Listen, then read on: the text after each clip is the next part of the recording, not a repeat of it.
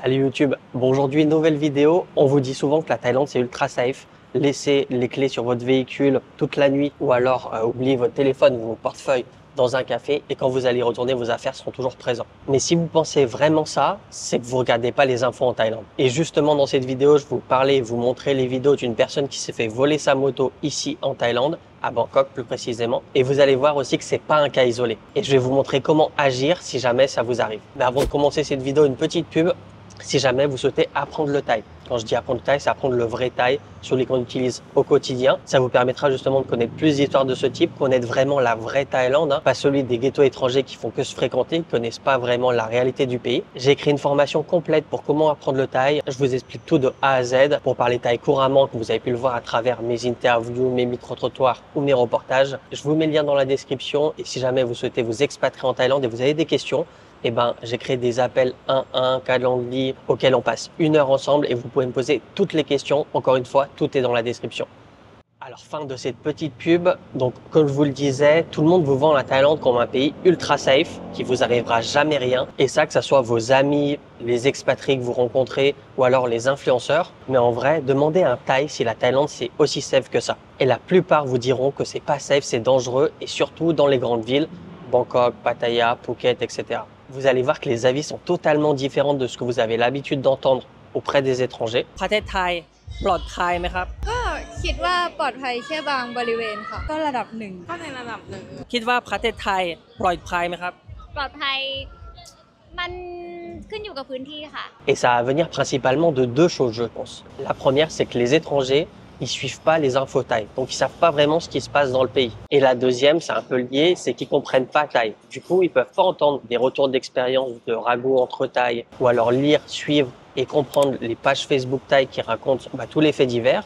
Ça fait eux, de leur expérience, de leur petit cercle d'amis, ils ont jamais entendu une mauvaise histoire de vol en Thaïlande. Donc forcément, ils vont vous donner des retours d'expérience très bien parce que ça leur est jamais arrivé et ils n'en ont jamais entendu parler. Mais ils oublient une chose importante, c'est que la sécurité d'un pays, quel qu'il soit, ou même d'une ville, ça se limite pas à seulement sa personne et son cercle d'amis. Par exemple, moi en France, je connais personnellement personne qui s'est fait voler sa voiture. Et pourtant, tout le monde va vous dire la France est dangereux, il y a beaucoup de vols de voitures, des vols de motos, il faut faire attention et ça, tout le monde est au courant. Et bien en Thaïlande, c'est exactement pareil. Vous, de votre cercle d'amis, vous allez peut-être connaître personne qui s'est fait voler sa moto, mais tous les jours, aux infos, sur les réseaux sociaux, vous allez voir ce genre d'histoire, des vols de moto, des vols à l'arraché même, ou des braquages de boutiques d'or. Après, bien sûr, si on compare avec la France, ça n'a rien à voir. On peut faire par exemple 1000 fois une chose, par exemple laisser ses clés sur son scooter, garer n'importe où toute la nuit et il vous arrivera rien, peut-être une seule fois sur les 1000.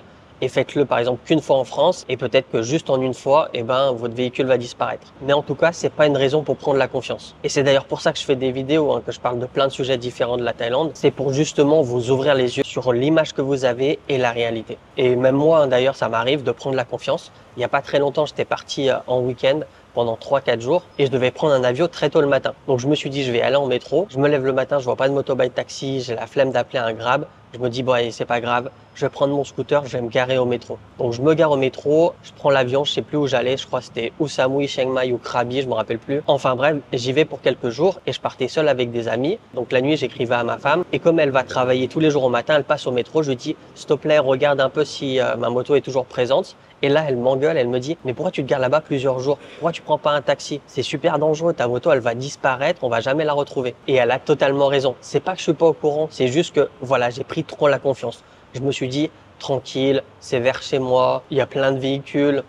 Ma moto, elle est vieille, qui sait qui va la vouloir? C'était avant que j'achète la nouvelle. Mais maintenant, en ayant du recul et en ayant vu surtout cette histoire que je vais vous montrer dans cette vidéo, je me dis, j'ai vraiment trop pris la confiance et je le ferai certainement pas avec mon nouveau scooter. Tout ça pour gagner 30 bahts pour un moto-taxi. Il y a aussi une chose intéressante, c'est que quand on regarde les choses aux infos, on n'est pas vraiment touché. On se dit, ça arrive qu'aux autres. Mais quand, par exemple, il y a un influenceur ou quelqu'un qui raconte sa vie en vidéo, il vous dit que c'est arrivé, là, ça nous touche plus. Enfin bref, je vais vous raconter justement cette histoire, comme ça vous allez mieux comprendre. Donc c'est le copain d'une fille qui fait des vidéos TikTok et son copain, donc il doit partir quelques jours travailler dans une autre province. Et pour s'y rendre, il va avec tous ses collègues, son office. Donc il décide d'aller à l'office se garer. Puis là, ils partent ensemble dans la même voiture. Ils vont partir pour plusieurs jours. Et pour vous situer un petit peu l'endroit, ça se trouve à Lat Phrao 101. Donc c'est dans le nord de Bangkok. Lui, tout comme moi, il se dit tranquille, il a confiance, c'est juste en face de son office, il y a d'autres scooters, il y a plein de shops aux alentours et c'est pas la première fois qu'il le fait. C'est souvent qu'avec son travail, il doit partir dans d'autres provinces et parfois il va y aller en taxi, parfois il va prendre sa propre moto et se garer. Il a laissé quelques jours et jusqu'à présent, il n'a jamais eu de problème. Donc cette fois-ci, il décide d'y aller en scooter, donc il y va dès le matin, on va le voir, il se gare, il monte dans la voiture avec ses collègues et ils vont en direction d'une autre province pour travailler. Sauf la première erreur qu'il fait, c'est qu'il oublie de loquer le guidon. Après, en vrai de vrai, est-ce que ça aurait vraiment changé grand-chose? Je sais pas, mais voilà, il oublie quand même de loquer le guidon, c'est une chose importante à faire. Puis sur la caméra de surveillance du bureau, on voit un camion qui fait une manœuvre tout à fait classique. Ça n'aurait pas attiré notre attention s'il n'y aurait pas eu de vol, mais ce camion-là, il fait comme s'il allait se garer et après finalement, il se casse. Et ça se passe en fin d'après-midi, en début de soirée. Donc là, pour tout le monde, il n'y a rien d'anormal. Le mec, il a voulu se garer et il décide de repartir. Mais ce même camion, il va revenir beaucoup plus tard, à 4h21 du matin exactement, d'après la caméra de surveillance. Et cette fois, il va se garer un peu plus loin. On va voir notamment quelqu'un qui sort et qui va regarder la moto, qui va tester le guidon pour voir s'il est lock ou pas. Et tout le monde descend du camion, ils ouvrent la portière arrière et ils se mettent à déplacer le scooter. Puis à 3, ils arrivent facilement à soulever et à le mettre dans le camion. Pour vous donner une idée, le scooter, c'est un Yamaha X-Max, 300 cm3. Ça pèse environ 180 kg. Donc c'est pas extrêmement lourd. À 3, c'est facilement faisable, surtout qu'il y a quelqu'un qui est plutôt costaud. Et niveau prix, on est sur environ 176 000 bahts, soit plus ou moins 4 600 €. Donc c'est une très grosse somme, surtout en Thaïlande. Ça correspond à plus d'une année de salaire. Et se faire voler ça, surtout si les personnes l'achètent à crédit, parce que souvent ça se passe comme ça, c'est pas facile de se relever de ça. Enfin bref, je vous spoil la fin. Au final, ils vont réussir à récupérer leur véhicule. Et moi, justement, je vais vous expliquer comment ils ont fait pour récupérer le véhicule. Comme ça, si un jour vous n'avez pas de chance et ça vous arrive, eh ben vous savez comment procéder. Donc la première chose à faire, c'est d'aller au commissariat de police de là où on s'est fait voler pour porter plainte. Donc ils se sont déplacés avec les vidéos de surveillance du shop, de l'office auquel ils travaillent. Et puis après, pour aider la police, ils ont demandé à leurs voisins, ceux qui ont d'autres shops, des maisons à côté, leurs caméras de surveillance pour les aider à résoudre cette affaire. C'est notamment grâce aux autres caméras, aux autres angles de vue. On voit bien également la plaque d'immatriculation et les personnes descendent, donc une personne avec un visage découvert. Les autres, ils ont une capuche, un masque, ça va être très difficile de les reconnaître. Alors comme moi, pour ceux qui se souviennent et qui regardent mes vidéos, il m'est arrivé d'avoir un accident et je devais de mon côté récupérer les vidéos de surveillance. Et d'ailleurs, c'est ce que eux et moi, je conseille à tout le monde, c'est de prendre les devants. Parce que c'est pas que la police peut pas le faire, simplement que ça risque de prendre beaucoup trop de temps et dans ce genre de cas, le temps, c'est extrêmement important. Donc le mieux pour tout ce qui va vous arriver avec la police, c'est de s'investir dans les recherches, car la police, elle est très occupée, elle a des choses beaucoup plus importantes à enquêter que le vol de votre moto. Donc les choses qu'ils font de leur côté, comme je vous disais, ils demandent à leurs voisins les caméras de surveillance, ils les récupèrent, ils les donnent bien sûr à la police. Ça nous a donc permis d'avoir la plaque, le nombre de personnes, la tête d'une des 3 personnes. Et dans leur malheur, ils ont énormément de chance. Parce qu'en fait, ce camion, comme par hasard, il a été contrôlé et arrêté dans une autre province, une province proche de Bangkok, à Pathum Thani, donc pas très loin. Et donc, ils ont trouvé ce camion et 3 personnes sans même savoir que c'était ces voleurs-là. C'est juste quand ils ont arrêté ces personnes, il y avait un véhicule volé à l'intérieur, c'était un scooter. Donc, les différents postes de police communiquent entre eux et ils avertissent la police de Lat Phrao qui, eux, avertit la personne qui s'est fait voler le X-Max que je vous racontais en début de vidéo. Il leur dit, voilà, on a arrêté un camion, il y avait 3 personnes, un scooter a été récupéré. Je vous invite à vous déplacer au commissariat de Pathum Thani pour voir les personnes arrêtées. Peut-être que c'est votre scooter qui est à l'intérieur. Donc eux, la personne volée, sa copine qui est sur les réseaux, se déplacent directement au commissariat de Pathum Thani. Ils voient les personnes, ils se disent, ils ressemblent quand même beaucoup à la personne qui a volé notre scooter, mais je pourrais pas le confirmer parce que voilà, sur les caméras, c'est la nuit, c'est pas une super qualité, c'est difficile de confirmer, mais ça y ressemble grandement. Autre coïncidence, ils sont 3 exactement comme la fois où ils se sont fait voler leur scooter. Et malgré tout, ils décident de demander de regarder le véhicule pour voir si c'est leur moto et également quel type de camion ils utilisent. Donc ils sortent, ils voient le véhicule et c'est exactement le même véhicule. Il lui ressemble énormément, la plaque aussi, mais malheureusement, le scooter volé qu'ils ont retrouvé, c'est pas les leurs. Il faut savoir que ce camion, c'est un camion de livraison totalement normal. Et les 3 personnes arrêtées, en fait, ils sont presque tous de la même famille. On a le plus âgé, le plus fort physiquement, qui est cousin avec quelqu'un de plus jeune, et les 2 qui sont amis avec cette 3e personne. Donc c'est presque un business familial. Et le couple qui se sont fait voler leur moto, ils ont réussi à avoir les informations des voleurs, donc nom, prénom. Eux, de leur côté, ce qu'ils décident de faire, comme je vous disais, voilà, faut prendre les devants, faut enquêter soi-même pour aider la police si on trouve des informations importantes. Ils décident de Google le nom et prénom des personnes. Donc, ils trouvent leur page Facebook. Ils réussissent à retrouver des gens de leur famille, des amis à eux, des amis aux voleurs. Hein. Ils arrivent notamment à contacter la petite sœur du voleur, enfin d'un des voleurs. Il lui écrit sur Facebook, ils arrivent à s'appeler. La personne qui s'est fait voler lui explique la situation. Désolé de vous déranger, mon copain s'est fait voler le scooter. On pense que ça viendrait de votre grand frère, mais on n'est pas sûr. Malgré tout, est-ce que vous pouvez nous aider à régler cette situation? On veut pas porter plainte, nous, ce qu'on veut, c'est juste récupérer le scooter, qui coûte quand même, je le rappelle, plus de 4600 €. Donc, il demande à la petite sœur de, discuter avec son grand frère pour l'aider à résoudre ce problème. Et la petite sœur, elle est d'accord, elle comprend. Ce qu'il faut savoir en Thaïlande, c'est que la réputation, c'est extrêmement important. La réputation de sa famille, surtout. Tu peux faire des bêtises, tu peux les assumer, mais le problème, c'est que ta famille, elle va payer les pots cassés. Elle va également aussi se ramasser la honte auprès de leurs amis, des voisins ou des gens qu'ils vont rencontrer.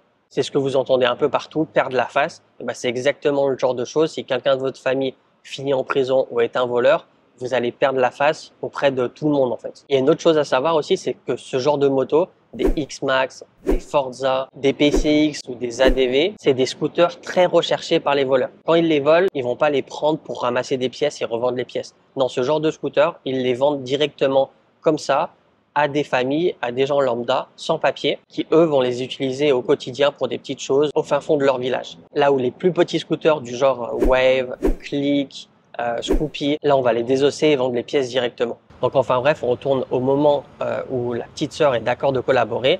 Elle décide d'en parler à son grand frère, qui le redirige directement à son avocat. Elle échange avec son avocat. Et pendant ce même temps, parce qu'elle avait réussi à contacter plusieurs personnes de la famille des voleurs, et il y a une autre personne qui lui a répondu, c'est la petite copine de l'un de ces voleurs. Donc pareil, la même chose, ils s'appellent, ils s'envoient des messages, elle lui explique la situation, que eux ils veulent pas porter plainte, ils veulent pas des dommages à intérêt, ils veulent juste retrouver leur scooter qui a été volé il y a plus de 2 semaines quand même. Elle aussi, elle est d'accord, elle comprend la chose, elle dit pas de problème, je vais en discuter avec mon copain. Et elle réussit à convaincre son copain, le voleur, qui lui rendent la moto. Par contre, il a dit à la police, aux avocats, je vous le dis pas à vous où se trouve le scooter, je le dis à mon père et mon père se chargera de le rendre. Donc le temps passe, ça fait déjà plus de 2 semaines, comme je vous disais, qu'ils ont fait voler le scooter, qu'ils ont commencé à échanger et à discuter avec le voleur, la famille du voleur. Et donc c'est le père qui va devoir récupérer le scooter et le rendre. Ce qu'il faut savoir également de cette famille, c'est que c'est pas une famille de pauvres. D'après la vidéo TikTok de la personne qui raconte l'histoire, voilà, l'un des voleurs est dans une équipe de course de voiture. Donc, il faut quand même un petit peu d'argent pour faire ce genre d'activité. Et un autre voleur est dans une équipe d'e-sport. Et la famille en elle-même, ils ont un business à eux. Enfin bref, donc le voleur, il dit où se trouve garé le véhicule. Une chose un petit peu drôle aussi, c'est que le véhicule se trouve à une dizaine, vingtaine de rues de là où il a été volé. Il se trouve toujours sur la Prao Road. En fait, ils l'ont laissé garer dans une station essence. Donc le père va le récupérer, il ramène la moto au poste de police et enfin, les personnes qui sont fait voler récupèrent le scooter. On voit les photos d'ailleurs, il est super content de le récupérer. Et une autre chose importante à vous dire, c'est que comme je vous disais, c'est pas quelque chose d'inhabituel, c'est pas quelque chose qui arrive jamais, qu'il y ait des vols de véhicules. Là, ce groupe-là, ils avaient volé une trentaine de véhicules avant leur arrestation. Et encore, c'est juste ceux qui sont recensés. Ça se trouve, à un moment de ça, ils en avaient volé d'autres. Enfin bref, donc toute cette affaire, ça a duré environ 3 semaines. Ce qui est super long, Vous retrouvez 3 semaines sans votre véhicule et vous savez à aucun moment si vous allez le retrouver ou pas. Parce que retrouver les voleurs, retrouver leur véhicule, ça arrive à même pas 30% des cas. C'est ce qu'avait dit le policier à l'influenceuse. Mais vraiment, si eux, ils ont réussi à retrouver leur véhicule, c'est une grande partie, je pense, parce qu'ils se sont investis dans l'enquête. Ils sont allés chercher les caméras de surveillance, ils sont allés chercher la famille des voleurs, ils ont contacté, essayé de convaincre la famille des voleurs de les aider à récupérer leur véhicule. S'ils auraient juste déposé la plainte et attendu que ça se passe, je pense qu'ils feraient partie de ces 70% de gens qui ne retrouvent jamais leur véhicule. D'ailleurs, c'est ce qu'on voit dans les commentaires de la vidéo. Il y a plein de commentaires de gens qui disent « Je me suis fait voler, j'ai jamais réussi à retrouver le véhicule, ça m'est déjà arrivé, bonne chance à vous ». Enfin bref, vous avez vraiment beaucoup de commentaires de gens qui malheureusement se sont fait voler leur moto. Tout ça pour vous dire que, ok, la Thaïlande c'est super safe, surtout si on compare avec la France. Mais voilà, encore une fois, faut pas prendre trop la confiance non plus, car il y a aussi des vols tous les jours. Et il faut pas attendre que vous soyez victime pour commencer à être prudent. Moi, personnellement, dès que j'ai vu cette vidéo, la première chose que j'ai fait, c'est acheter un tracker GPS. Et je l'ai mis dans le scooter. Donc ça, c'est une première chose de prévention. Et la deuxième chose, c'est je vais pas me garer dans des endroits bizarres. Et à chaque fois je me gare quelque part, à part si je suis mal garé, ils ont besoin de déplacer le véhicule, mais je vais lock le guide. Donc voilà, c'est des petites choses, mais je pense que c'est important quand même de les mettre en place. D'ailleurs, dites-moi en commentaire si vous aussi vous êtes du genre à trop avoir la confiance, vous faites exprès de laisser vos clés sur le véhicule, vous les garez n'importe où pendant toute la nuit, etc. Et dites-moi si ça vous a sensibilisé et vous allez désormais, comme moi, faire beaucoup plus attention. Je vous laisse écrire tout ça en commentaire. Comme d'habitude, si vous voulez vous expatrier en Thaïlande ou apprendre le thaï, les liens sont dans la description. N'oubliez pas de vous abonner, c'est pas déjà fait. Et moi, je vous dis à la prochaine. Ciao!